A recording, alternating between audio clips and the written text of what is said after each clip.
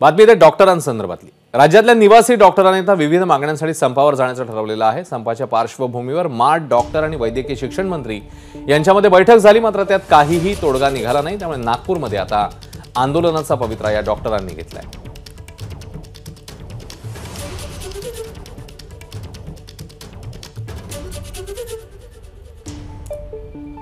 डॉक्टरांच्या संपासंदर्भातली ही अपडेट म्हणावी लागेल। राज्यातले निवासी डॉक्टरांनी आता संपावर जाण्याचं ठरवलंय।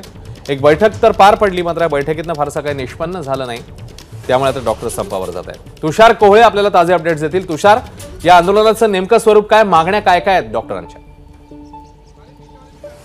अश्विन, आपण बघू शकतो की नागपूरमध्ये महाडचं आंदोलन सुरू झालेलं आहे। नागपूरचं शासकीय वैद्यकीय महाविद्यालय आणि रुग्णालय आहे, त्यापुढे हे महाडचे डॉक्टर इथे जमलेले आहे आणि त्यांच्या वेगवेगळ्या मागण्या आहे। विशेष करून मागच्या अनेक वर्षांपासून सातत्याने ते आंदोलन करतात, शासनापुढे मागण्या मागतात, मात्र त्यांच्या मागण्या पूर्ण होत नसल्याने त्यांनी परत संपाचं हत्यार उपसलेलं आहे। डॉक्टर आपण त्यांना विचारू त्यांच्या काय प्रमुख मागण्या आहे। संप आहे, काय प्रमुख मागण्या तुमच्या? नमस्कार, मी डॉक्टर प्रतीक।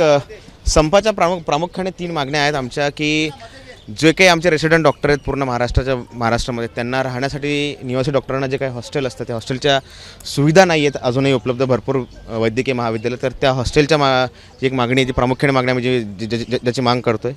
दुसरी मागणी आमची अशी आहे की जो काही आम्हाला विद्यावेतन दिला जातो तो विद्यावेतन भरपूर वैद्यकीय महाविद्यालयांचा 3 महिने 4 महिने 5 महिन्यापासून प्रलंबित आहे। तर हा विद्यावेतन कुठेच प्रलंबित न राहता तो विद्यावेतन सगळ्यांना प्रत्येक महिन्याच्या 10 तारखेच्या आत मिळावा, अशी एक दुसरी आमची मागणी आहे। तिसरी मागणी अशी आहे की जे काही विद्यावेतन आम्हाला दिलं जातं त्या विद्यावेतनामध्ये आम्हाला वाढ करून हवी आहे। आंदोलनाचं स्वरूप कसं असणार आहे, कोणत्या सेवा सुरू असणार आहे? आंदोलनाचं स्वरूप जे आहे, आंदोलनामध्ये सगळ्या तात्काळ सुविधा ज्या काही असतील त्या सगळ्या सुरू राहणार आहेत आणि आंदोलनामध्ये बाह्यरुग्ण विभाग, त्याचप्रमाणे जेवढ्या इलेक्टिव्ह ओटीज असतील इलेक्टिव्ह ओटीज हे सर्व बंद राहणार आहेत। त्याप्रमाणे जे वॉर्ड वर्क असतं वॉर्डमधले सगळे रेसिडेंट डॉक्टर कुठलेही काम करणार नाही। जीएमसीचे किती मार्डचे डॉक्टर संपावर आहे? जीएमसीमध्ये टोटल 672 मार्डचे डॉक्टर आहेत आणि ते सर्व संपावर आहेत। एकूण नागपूर शहरामध्ये किती, म्हणजे आयजीएमसीमध्ये किती? टोटल नागपूर शहरामध्ये 850 ते 900 जे निवासी वैद्यकीय अधिकारी आहेत ते सर्व संपावर जातील। जर का अश्विन आपण बघितलं तर साधारण पीजी आणि आफ्टर पीजी वाले जे सगळे डॉक्टर्स आहे निवासी ते इथे आलेले आहे आणि त्यांनी संपाला सुरुवात केलेली आहे। विशेष करून ज्या काही मागण्या त्यांनी आता सांगितल्या आपल्याला की यांच्या वेगवेगळ्या मागण्या आणि महत्त्वाची गोष्ट की राज्यस्तरावरचं हे यांचा संप आहे, यांचं आंदोलन आहे।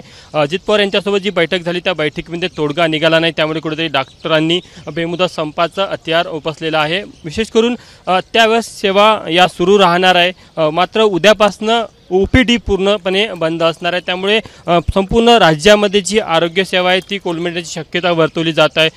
महत्त्वाची गोष्ट की काही आपण जर ज्युनियर्स बघितलं त्यांना देखील विचारूया, तुमच्या काय ज्या मागण्या आता सांगितल्या वर्षानुवर्ष का मागण्या मान्य होत नाही असं वाटतं तुम्हाला? आम्ही आत्तापर्यंत 28 लेटर्स दिले प्रशासनाला आणि गव्हर्नमेंटला। मागेही 12 तारखेला आमचं एक स्ट्राईक होतं, ते गव्हर्नमेंटसोबत चर्चा झाली हसन मुश्रीफ साहेब आणि अजित पवार साहेबांसोबत। त्यानंतर ते स्ट्राईक मागे घेण्यात आली, त्यांनी मागण्या मान्य केल्या होत्या, पण त्याच्या जी अधिसूचना होती किंवा त्याची जी अंमलबजावणी होती ती अजूनही झालेली नव्हती। एबीपी माझा, उघडा डोळे बघा नीट।